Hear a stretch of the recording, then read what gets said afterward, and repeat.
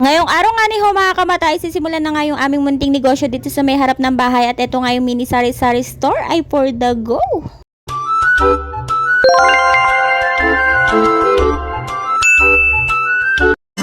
What's up mga kamata? This is Mami Celine and I'm back for another mini vlog. Guys, grabe guys, sobrang namiss ko nga talaga mag-BOO voice over dahil alam nyo na medyo matagal-tagal nga din talaga akong hindi nakakapag-upload ng video. Gawa nga rin na nagka-problema nga itong aking page at hanggang ngayon ay may problema pa rin, ay news ko. Pero kahit ganun nga ay napag-isip ko na problema lang yan, lilipas din at magiging okay din ang lahat. Kaya naman bawal nga tayong tumunga nga lang at tamarin dahil hindi pa nga tayo mayaman, uy.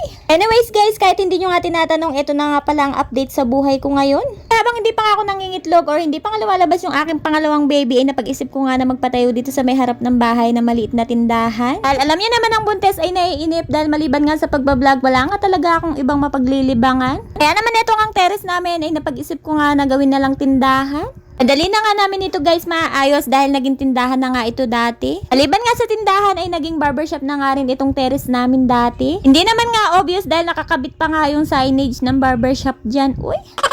At the same time ay naging salon na nga rin talaga itong aming terrace dahil kapag may inaayusan nga ako ay dito ko nga pinapapunta. Anyways, ito nga guys ay pinapasok na nga nila Daddy Ruel itong mga gamit dito sa may terrace. Dahil ngayong araw nga din ito guys, ito gagawin. Nung naalis na nga yung mga gamit ay agad na nga rin itong sinimulan. Bali yung mga kapitbahay lang din namin pala yung kinuha namin na maggagawa nito. Ito nga sinusukat nga dahil palalagyan ko nga siya ng harang or spandrel para hindi nga ito dire-diretso. Kahit simpleng tindahan nga lang itong ipapagawa ko, kailangan dapat maging mukhang tindahan pa rin siya. Hindi pa nga gawa pero na-excite na nga talaga akong magtinda, uy.